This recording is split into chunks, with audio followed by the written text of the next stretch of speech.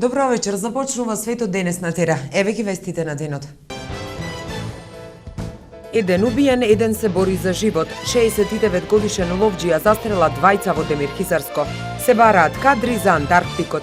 Американската CNN снимаше реклама во Скандал бар. Блиска средба со оскаровецот Крис Менџис, кој е во Битола. Ноќеска околу полноќ во атарот на селото Мренога, општина Демирхисар, при лов се случила несреќа во која еден ловџија го загубил животот, а друг се здобил со тешки телесни повреди. Едниот починал на лице место, додека другиот со тешки телесни повреди е пренесен на скопските клиники. Маја Богоевска. Синоќа после полноќ, 69 годишниот МИ од селото Мренога во Демирхисар го застрелал својот 40 годишен син и уште едно 21 годишно момче, кој починало на лице место. Мојве со печурки работат, во 1 сат си дојдо, вечера овде и се јавија детево на добрета, другово дете на милета. Дојдете, во нивава е крмакот. И овај за до душа вика, нозев ми се враќат и ми се спијат. Не може име да дојме, сме уморни, ни се спијат. Идајте, ошле таму. Ошле и седнале децава некаде на нивата. Овај не знам од озгора мажот ми. И светнале, тие си запалиле цигара. Овај му се причинало и дивечот му светнал. И толку, пукна и толку. Двете удрени и син ми ранет и детево. Овие двете свиња напаѓаат попчанки, због тоа. Дали малце, овие мојве се ловчи години, ама ја те видиш, тоа е тоа. Па да ти кажам, не вознемири. Дома, ако ни кажа истото, не ни беше сведно. И тоа е. Од СВР Битола вела дека се преземени сите мерки за целосно расчистување на случајот. На 16.9.2014 година, околу полноќ, во атарот на село Мренога, Демирхисар, при лов, лицето МИ, 69 години, ги застрелал со ловечка пушка својот син ДИ, 40 години, и лицето Александар В, 21 година, и двата од село Мренога, Демирхисар, при што Александар починал на лице место, а ДИ е тешко телесно повреден и пренесен во болница. 40 годишниот ДИ заради сериозноста на повредите итно е транспортиран на скопските клиники. Се бараат кадри за Антарктикот, потпишан договор за соработка меѓу Битолскиот и Софискиот универзитет. Потпишан договор за соработка меѓу нашиот и Универзитетот Свети Климент Охридски од Софија. Пред една недела ректорот на Софискиот универзитет бил избран за председател на новоформираната Балканска асоциација, во која, како што рече ректорот Джоглев, се надева дека и ние како универзитет ќе бидеме дел од таа асоциација. Ние, кога потпишуваме договори генерални на ниво на универзитети. Бидејќи и Софискиот универзитет и нашиот се така наречени универзитети во кои што имате повеќе области, значи не се специјализирани како некои универзитети кои се само за област на технички науки, само за област на медицински науки. Во нашите универзитети има од факултети од повеќе, и од општествени и од природни науки. Ние даваме рамката во тој договор општ, во кој што имаме тука за размена на професори, за проекти заеднички, за учество во списанија, што заеднички ќе бидат со трудови и така натаму. И таа соработка сега, како што реков, ќе се издигне на ниво и на Балканската асоциација. Меѓутоа, после таа рамка, кога ние што ја подпишуваме, одделните факултети изразуваат интерес, бидејќи ние на нашиот универзитет им даваме шаблон, тие да ги изразат нивните интереси, да кажат со кои факултети од Софискиот универзитет би сакале да имаат соработа. Значи, ние даваме општата рамка, даваме предуслови, а после зависи од самите факултети со кои факултети слични, исти или сродни ќе соработуваат. Пред една недела формирана е асоциација на универзитетите на Балканот, а предлог на ректорот Джоглев е да се издаде едно научно списание токму за овие универзитети, кои што припаѓаат на оваа асоциација. Можности за соработка имало да се работи во областа на туризмот, во геологијата и биологијата, а Софискиот ректор денеска и со покана за квалификувани кадри од Македонија за работа на Антарктикот. Ние сме единствениот универзитет во Југоисточна Европа кој што има постојана работна станица на Антарктикот. Во неа имаме колеги од Монголија, Виетнам, од Соединетите Американски држави и е жално да немаме колеги од Македонија. Чест ќе ни биде, благодариме многу за овој ваков предлог, до сега сме немале од никаде и изморедна можност е и верувам дека ќе искористи нашиот универзитет. Значи имаме ние колеги биолози изморедни, така геолози не знам, немаме мислам некој, ама имаме биолози изморедни кои што би можеле некои од нив да се придружат на таа постојана работна станица на Антарктикот. Во следниот период, како што рече Софискиот ректор, и во Кина ќе се формирала асоциација на кинеските универзитети со универзитетите од Југоисточна Европа. Студентската организација АЕСЕК ги повикува студентите да се пријават на ново отворениот конкурс за студентска размена. АЕСЕК е студентска организација која што е водена од базично студенти и се најмногу се занимава со размена на студенти во странство, надвор Македонија и во Македонија. И АЕСЕК сега има отворен конкурс и отворен повик за ново членство. И со тоа што новите членови во АЕСЕК ќе добијат разни вештини што ќе работат, дали тоа да се презентацијски, комуникацијски вештини или вештини за јавно говорење, значи ќе добијат многу вештини кои што може да бидат за војнина многу потребни ако се занимаваат со одредени области како што имаме ние, како што се поврзани со нашите области. Нашите области ги имаме како финанси, маркетинг, IT, односи со надворешни односи со ентитетите, значи со компаниите, исто така и правиме проекти и друго. И отворениот повик трае до 22 септември и може да заинтересираните да аплицираат на веб страната на АЕСЕК Македонија, aesek.org.mk. Студентите, значи, најпрво ќе добијат едно искуство, кое што со тоа што се занимаваме со пракси, може да добијате едно искуство, културно искуство, за тоа што имаме практиканти кои што идат од другите европски земји или од светот, и може да се запознаат со нова култура. Исто така со нив да го совршуваат и нивниот англиски јазик, зашто англиски јазик не е официјален јазик во АЕСЕК. И како што спомнав, значи тие можат исто така зашто се работиме на одредени проекти, може да добијате искуство во проект менеджмент, како и што така комуникација со одредени компании, јавното говорење, однесување со бизнис партнери и одредени вештини кои што други вештини, бизнис вештини или комуникацијски вештини што ќе бидат вистина доволно добри за нив. Еве што ќе гледате во продолжение. Продолжува соработката со Долна Нормандија. И за други теми по кусата пауза, останете со нас.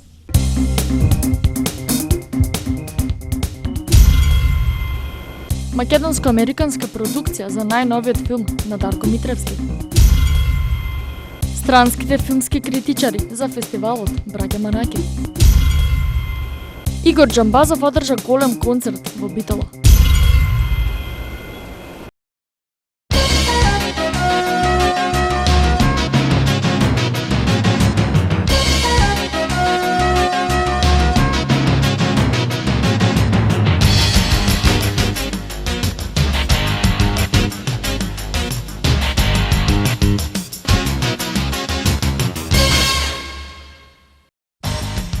Во Македонија е родено првото бебе од смрзната јајцеклетка која била чувана во софистицирана лабораторија на температура од минус 196 целзиусови степени. Хидролошката состојба во Македонија е стабилна и засега нема опасност од поплави, информираше директорот за заштита и спасување Шабан Салиур. Штрајкот на пилотите во германската авиокомпанија Луфтханса, кој беше закажан за денеска, откажан како синдикатот на пилоти прифати да ги продолжи преговорите со компанијата. Бугарскиот бизнесмен Цветан Василев, за кој Интерпол имаше распишано потерница, се предал на Белградската управа на криминалистичката полиција на Србија. Пратениците на Врховната Рада на Украина усвоја закон за давање специјален статус на Донецката и Луганската област во источниот дел од земјата, поднесен од украинскиот претседател Порошенко. Светската здравствена организација соопшти дека епидемијата на ебола во Западна Африка е најголемата криза во модерното време. Од оваа болест до сега починале 2400 луѓе.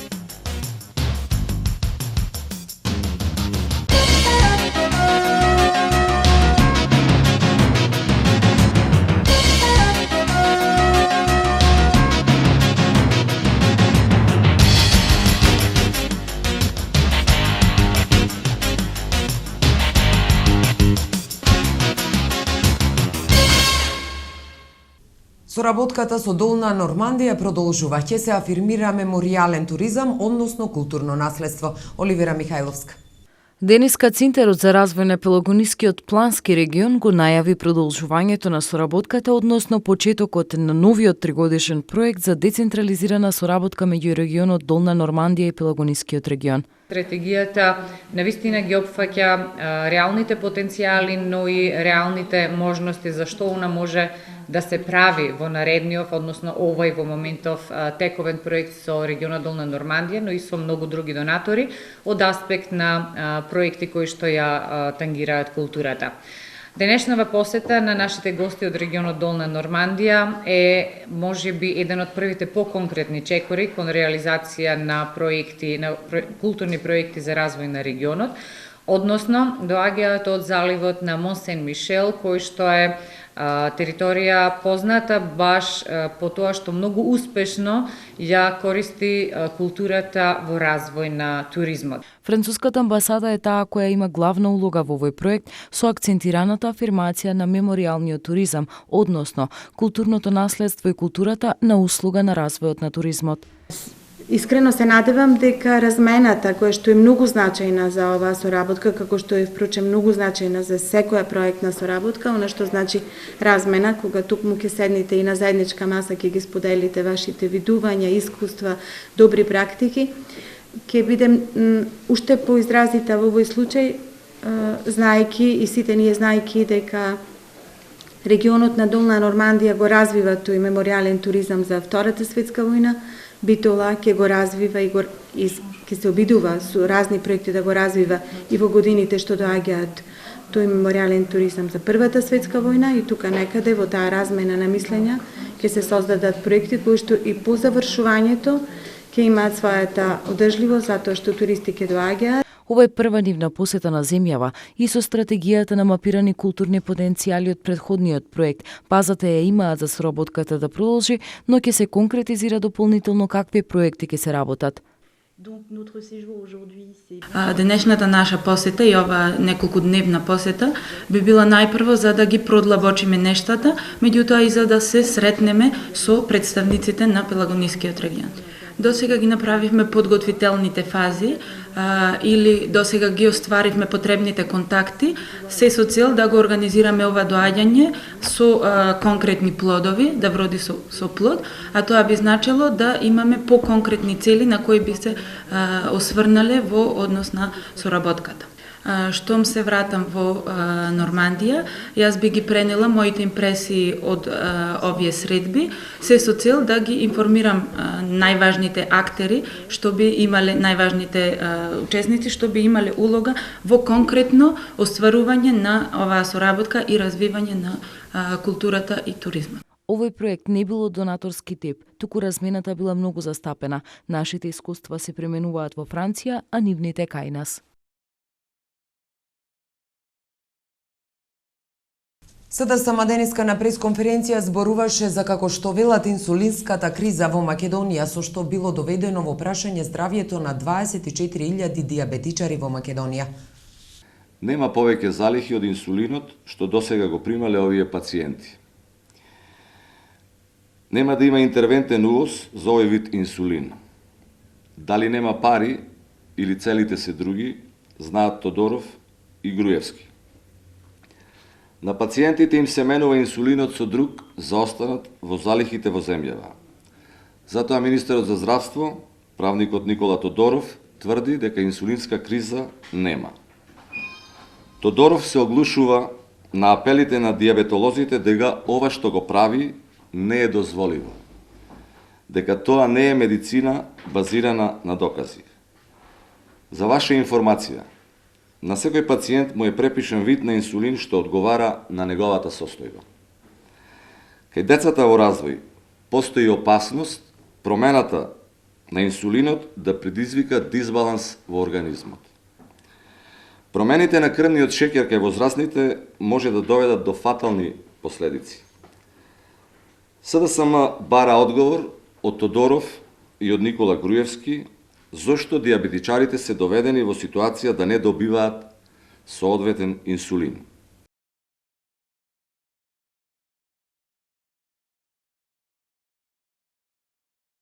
Оскаровецот Крис Менџис е се уште во битола. Тој е еден од тројцата оскаровци кои се дел од овогодинешниот манаки. Само во последните 20 години во филмовите кои ги снимал Менџис играле најголемите холивудски и светски актери од повеќе генерации. Маја Богоевска.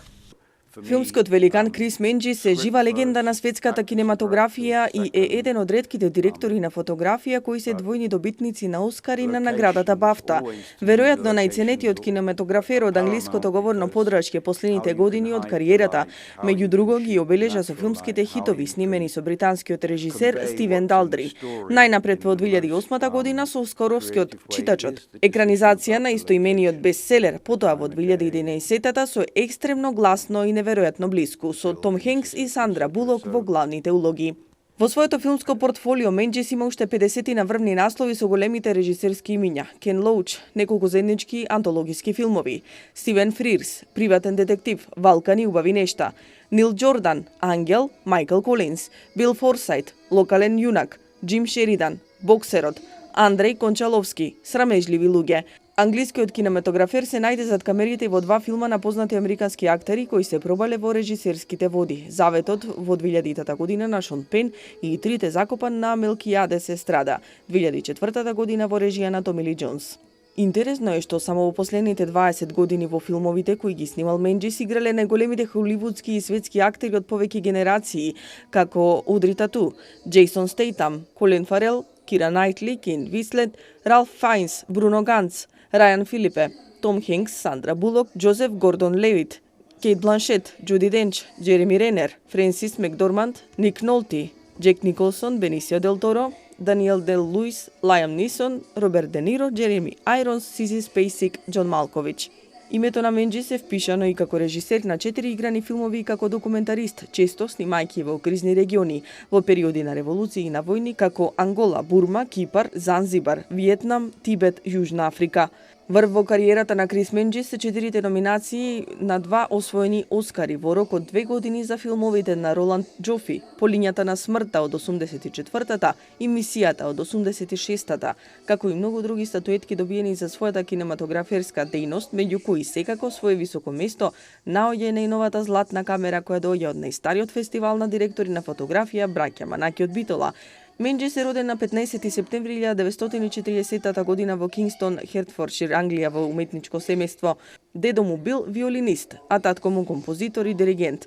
Неговата креативност дошла до израз уште во раната младост со наклонетоста кон фотографијата. Светска препознатливост текнува со филмот Кес од 1968 година на Лоуч, член е на Американското и на Британското друштво на кинематографери.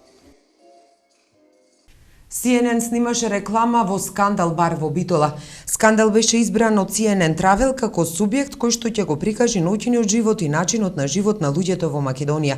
Снимањето траеше околу 3 часа и во нив учествуваа модели и манекенки избрани од сценаристите и режисерот од CNN Travel. Скандал излезе во пресред со несекојдневниот интериер во стилот на индустријал дизајн, што дополнително ќе навлегува во Македонија, а е актуелен во Западна Европа и е делот на тимот СТ АЦ Архитект, како и убавата храна што е карактеристична за Скандал.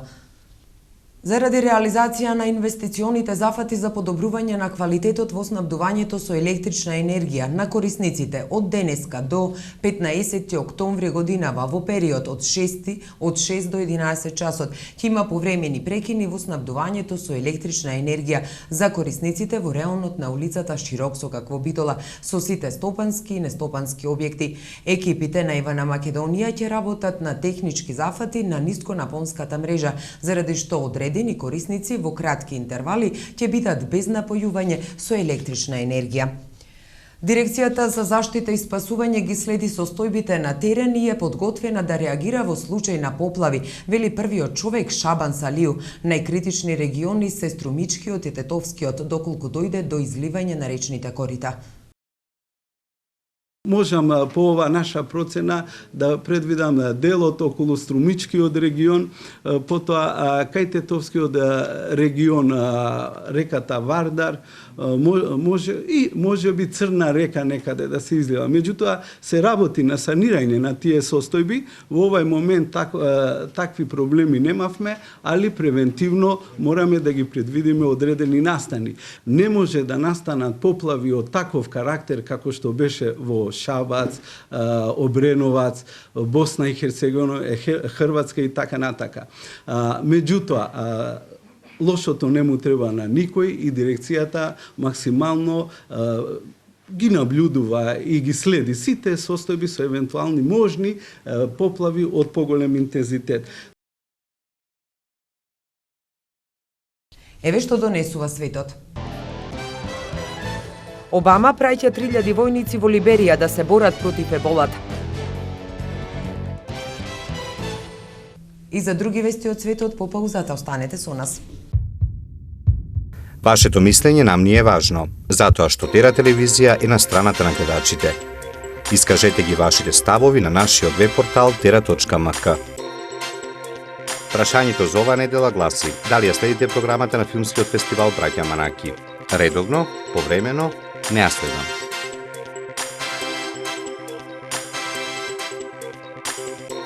За резултатите од анкетата читајте на tera.mk или гледајте во вестите на Тера телевизија. На 18 септември граѓаните на Шкотска ќе решат дали да останат во Обединетото кралство или да живеат во независна земја, што тоа ќе значи за Шкотска, но и за Британија, доколку референдумот биде успешен или не. Пред граѓаните на Шкотска се наоѓа едно прашање: дали Шкотска треба да биде независна држава? Таа влезе во политичка унија со Англија во 1707 година по финансискиот неуспех за формирање трговска колонија во Централна Америка. Барањата за враќање на политичката моќ во Единбург пораснаа во текот на минатиот век, а во 1979 година беше одржан првиот референдум за раздружување. Тој пропадна поради слабиот одзив. Вториот референдум одржан 20 години подосна водеше до формирање шкотски парламент и до пренесени надлежности во здравството и образованието. За некој да гласа на него треба да биде жител на Шкотска. Сите граѓани на Британија или на Европската унија кои живеат во Шкотска можат да гласаат, но тоа не можат да го прават луѓето кои се родени, а сега не живеат во Шкотска. Не постои граница на минимален одзив за валидноста на референдумот, а за успех е потребно само просто мнозинство. Доколку повеќето граѓани бидат за, на 24 март 2016 година Шкотска ќе стане независна земја. Американскиот претседател Барак Обама денеска ќе ги објави плановите за испраќање на 3000 војници во Либерија кои треба да помогнат во борбата против еболата, јавува BBC. Во епидемијата од ебола досега животот го загубиле повеќе од 2400 лица. Најмногу погодени се западноафриканските држави Сиера Леоне, Либерија и Гвинеја. Американските власти велат дека целта на иницијативата против еболата е да се вежбаат 500 здравствени работници неделно, да се изградат 17 здравствени објекти со околу 100 кревети, да се зајакне меѓународната соработка, како и да се извежба локалното население како да им помогне на медицинските лица и како правилно треба да ги носат пациентите. Американски воен представник соопшти дека се бомбардирани цели на исламската држава во близина на Багдад, што е прв пат да бидат нападнати милитантите кај главниот град на Ирак.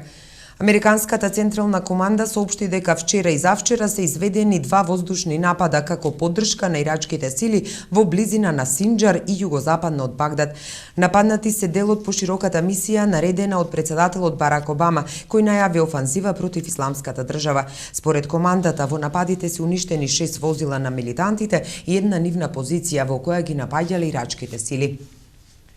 За најголем број цивилни жртви во Сирија се одговорни владините сили. Комисијата на Обединетите нации која ги истражуваше воените злосторства во Сирија соопшти дека на владините сили на претседателот Башар ал Асад се одговорни за најголемиот дел од злосторствата. Претседателот на комисијата Пауло Серџо Пинјеиро изјави во Женева дека сириската влада е одговорна за најголем број од 190.000 цивилни жртви во конфликтот во Сирија. Истовремено Пинјеиро оцени дека милитантите на исламската држава се агенти на смртта и деструкцијата. Инаку комисијата бара од светските сили кои се подготвуваат за воена акција против исламистичките милитанти да ги почитуваат правилата на војната и да ги заштитат цивилите при нивните воздушни напади. Дождот и понатаму не запира во источна Србија, каде поради поплавите се загрозени над 1000 домаќинства. Досега со хеликоптери, чамси и бродови евакуирани се 400 лица. Жителите бараат помош во вода и храна. Во градот Кладово, каде досега се паднати над 116 литри вода на квадратен метар, една постара жена го загуби животот, а 3 лица се водат како исчезнати. А еве ја прогнозата за времето во Македонија.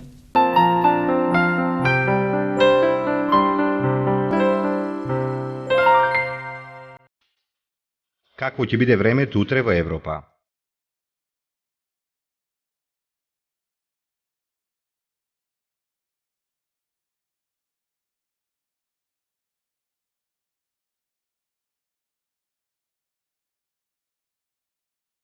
За времето утре на Балканот.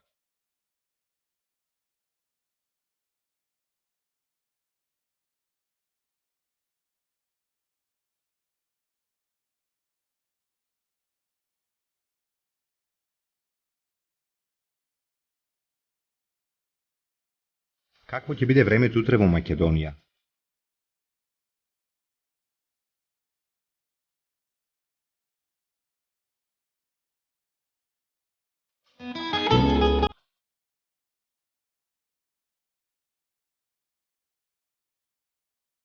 Следува временската прогноза за времето утре во регионот.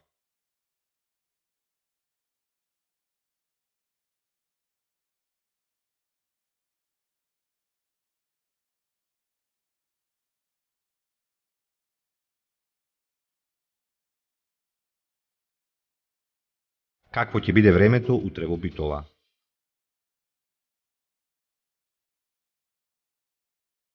Следува временската прогноза за следните денови во Битола. Какво ќе биде утре времето во Ресен? Следува временската прогноза за следните денови во Ресен. Еве прогнозата за времето утре во Прилеп. Какво ќе биде времето во наредните денови во Прилеп? Какво ќе биде времето утре во Тичево? Следува временската прогноза за следните денови во Тичево.